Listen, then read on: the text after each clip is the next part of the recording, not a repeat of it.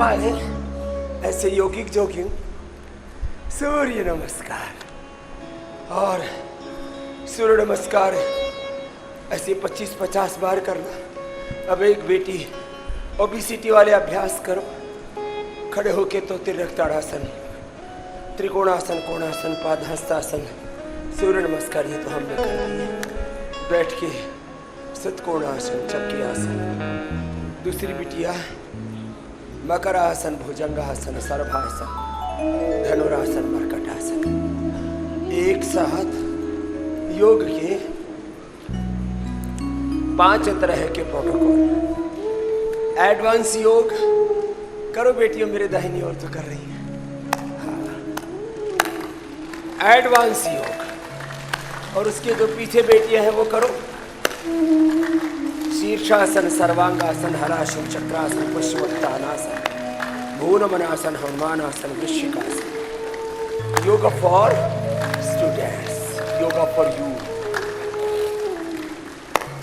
तो yoga for students, बच्चों के सर्वांगीण विकास के लिए योग। एडवांस योग।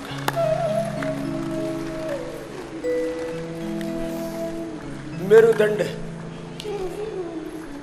मकरासन, भुजंगासन, होले होले आराम आराम से। हाँ, एक एक अभ्यास को 1-2 मिनट करना है। इसे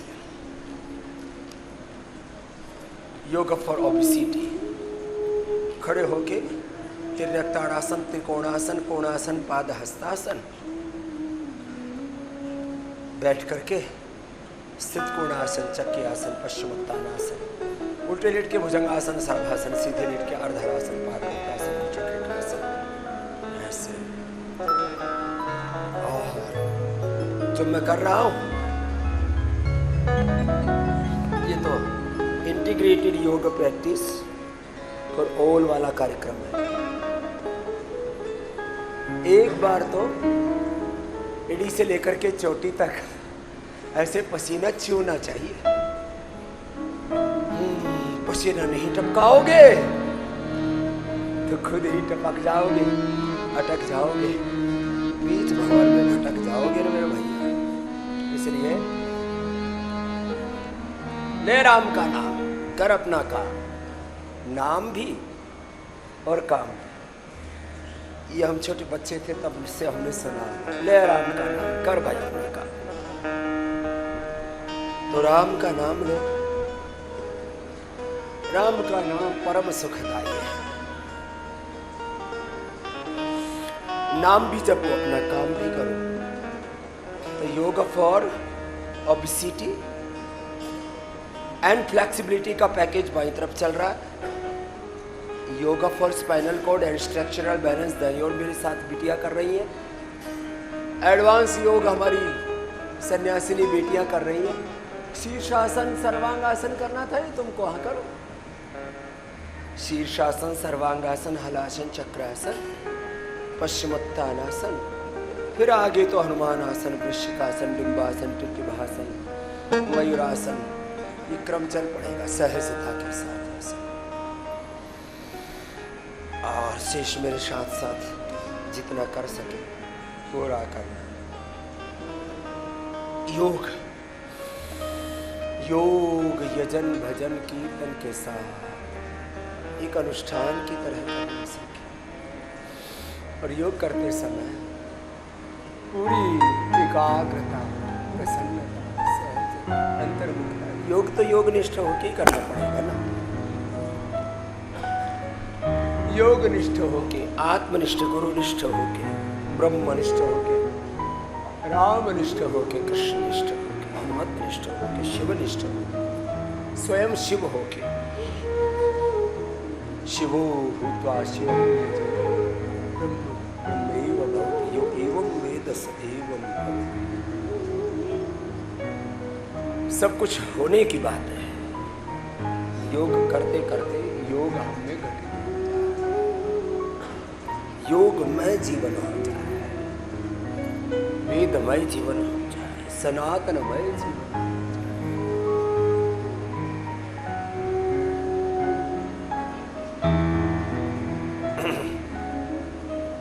ऐसे क्या करना है यह तो महत्वपूर्ण है ही, यह भी जानना जरूरी है क्या नहीं करना।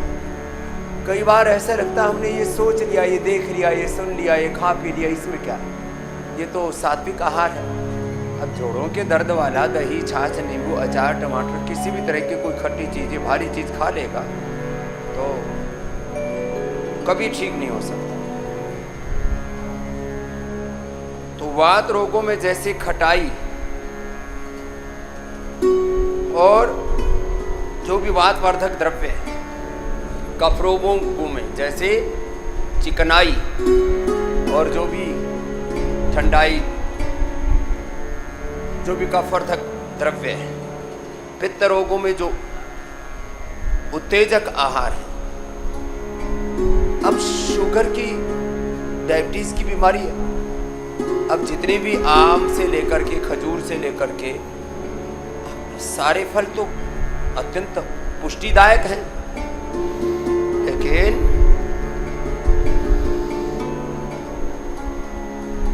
भाई शुगर के पेशेंट को पहले डायबिटीज को नॉर्मल करना, उसके बाद ही मीठा खाना है। लवण जो है, लवण से लावण्य भी आता है, लवण में लावण्य भी है, उसमें स्वाद तो है ही, वह पाचन को तो अच्छा करता ही है। लेकिन जिनको ब्लड प्रेशर है उनको लवण नहीं खाना है ना, और जिनको स्किन की, चमड़ी की दिक्कतें हैं तो लवण और साथ में चीनी, मीठा भी बंद करवा देते। अब मीठा, घी और तेल तीनों चीज़ें अच्छी हैं। मीठा भी अच्छा है, मीठा मीन्स आप मैं खजूर और मुनक्का, अंजीर और जो भी अच्छे वाला मीठा है उसकी बात कर रहा हूँ। मीठा तो अच्छा है, लेकिन मीठा, घी और दूध, दूध भी अच्छा है। ये कोलाइटिस वाले के लिए विषय समान, और कोलाइटिस वाले के लिए दही, छाछ ये अमृत तुल्य है। घी बहुत अच्छा है, लेकिन कोलेस्ट्रॉल वालों के लिए जब शरीर में गांठें हो जाती हैं और शरीर का मेटाबॉलिज्म कमजोर पड़ जाता है तो घी निषिद्ध है। वैसे तो घृत को आयुष्य बढ़ाने वाला, इम्यूनिटी को बढ़ाने वाला, बहुत पुष्टिकारक, सब कुछ घृत के तो सारे सद्गुण लिखे हैं शास्त्रों, लेकिन भाई विधि के साथ निषेध भी तो लिखा है। तो आज हम क्या खाना है वो तो बताते ही हैं, क्या नहीं खाना ये तो बताते हैं, अच्छा सोचो। लेकिन ये भी साथ साथ जरूरी है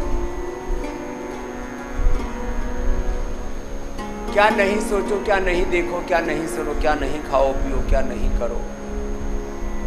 निषेध बहुत जरूरी है, और विधि से पहले निषेध का ध्यान रखना जरूरी है। कई बार मैंने कहा विधि निषेध का निर्धारण हम अपनी रुचि अरुचि के अनुरूप, अनुकूलता प्रतिकूलता के चलते हुए कर लेते हैं। आपकी मनो अनुकूलता, आपकी रुचि अरुचि क्या है, यह महत्वपूर्ण है। एक होता है अच्छा होना, एक अच्छा लगना, दोनों में फर्क है।